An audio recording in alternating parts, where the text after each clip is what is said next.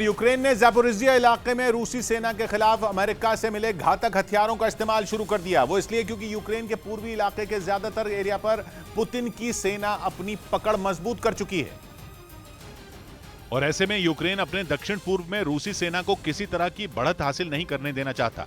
इसीलिए उसने ज़ैपोरिज़िया में जारी जंग में पहली बार अमेरिका से मिले बेहद ताकतवर हथियार हाइमार्स यानी high mobility artillery rocket system का इस्तेमाल किया, जिनसे किए गए हमलों का एक वीडियो भी उसने जारी किया।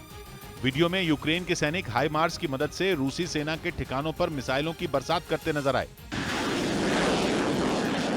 अमेरिकी रॉकेट सिस्टम से दागी गई मिसाइलें जब अपने तय टारगेट पर गिरीं तो वहां जोरदार धमाके होते दिखाई दिए और कुछ देर के लिए पूरा इलाका धुएं के गुबार से ढक गया।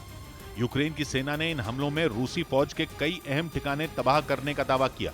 मतलब यह कि अमेरिका के एकदम हाईटेक और मीडियम रेंज के मल्टीपल लॉन्च रॉकेट सिस्टम हाइमार्स ने यूक्रेन में भी अपनी ताकत का लोहा मनवाना शुरू कर दिया, जो एक ऐसा चलता फिरता हथियार है जिसकी मदद से एक साथ कई मिसाइलें लॉन्च की जा सकती हैं।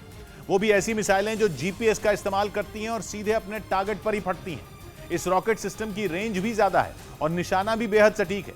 इसकी मदद से 80 किलोमीटर दूर मौजूद दुश्मन के ठिकानों को तबाह किया जा सकता है। इसलिए यूक्रेन काफी वक्त से डॉनबास की लड़ाई में इस्तेमाल करने के लिए अमेरिका से इसकी मांग कर रहा था। हालांकि अमेरिका से इनकी खेप पहुंचने से पहले यूक्रेन के पूर्वी हिस्से पर पुतिन की सेना ने अपनी पकड़ काफी मजबूत कर ली।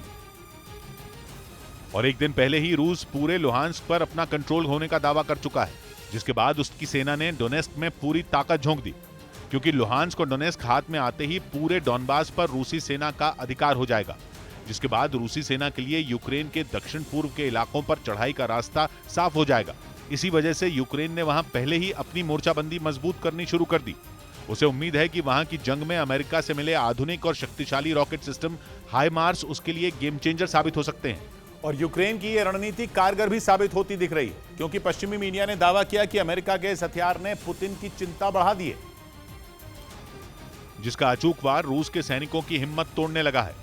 रूसी सेना की परेशानी यह है कि हमले काफी दूर से होने की वजह से उसके टैंक के गोलों के लिए उनका शिकार करना मुश्किल साबित हो रहा है।